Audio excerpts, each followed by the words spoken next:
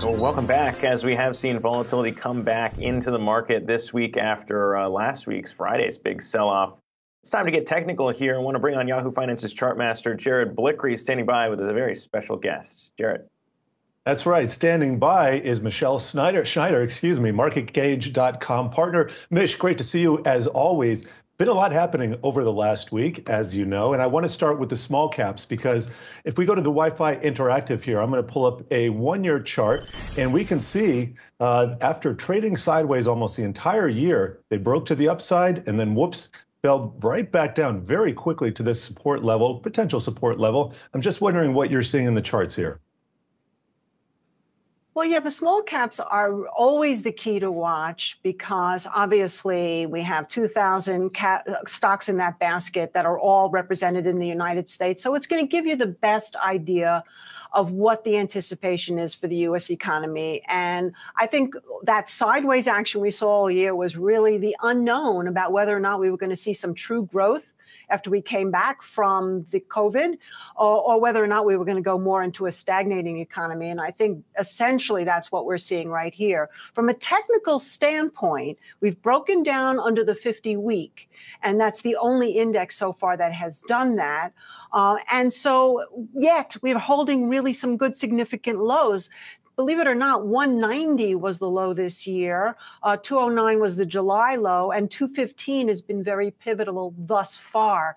So I think that's what we have to keep an eye on here is whether or not we lose 215, what happens if we get down below 209, and will we go to 190? And if we hold 215, then if we can get back through that 222, 223 level, that's an amazing amount of optimism, which would most likely be because they think the Fed is going to step back from their tapering.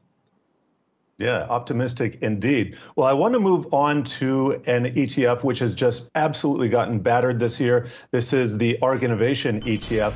And I'm just looking at this one-year chart, down 19%, but off quite a bit more from this high. I think it's 45% right now. This is the lowest level we've seen quite in some time. And we know the components of it have gotten smoked as well with the growth trade. So what do you see in this particular ticker here? Well, I really kind of feel for Cathie Wood here. I mean, she's been quite out there and, in fact, sort of doubled down on her position about this disruptive tech going to be the future. And she could be right. But as we know, as traders, timing is everything. And she took a big hit today because she's very long DocuSign, which is down tremendously. So, yeah, as you mentioned, the fund peaked in February 2021 at 160. So here we are trading now at around 97, or actually lower, 92. 97 was the old low in 2021. Now we've broken that. So essentially, at some point, you have to say, when will some of these stocks that she's so hot about turn around? Hood being one, Fastly, Teladoc. And so I would say if we look at the chart, if we can get down and hold somewhere around 60, 70, that would probably be really tempting as a bottom. And if we don't get there, we get back through the 98 or the old low from 2021, then maybe we'll start to see some of these other stocks get some kind of reprieve.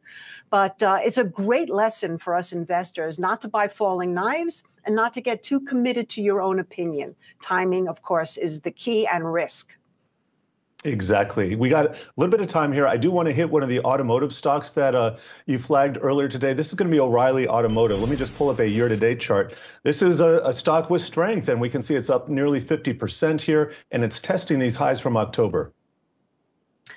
Well, yes, and it's interesting that O'Reilly and some of these other car companies like Advanced Auto Parts are doing so well. It makes sense because in terms of pricing power, they can pass higher costs to consumers because people need to fix their cars because right now it's expensive to go out, rent a car, buy a car, used or new.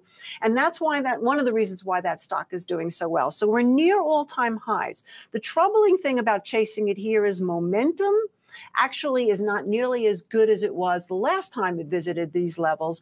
So right now, what I would say is, could it get to 680? Maybe, but it's a little overbought.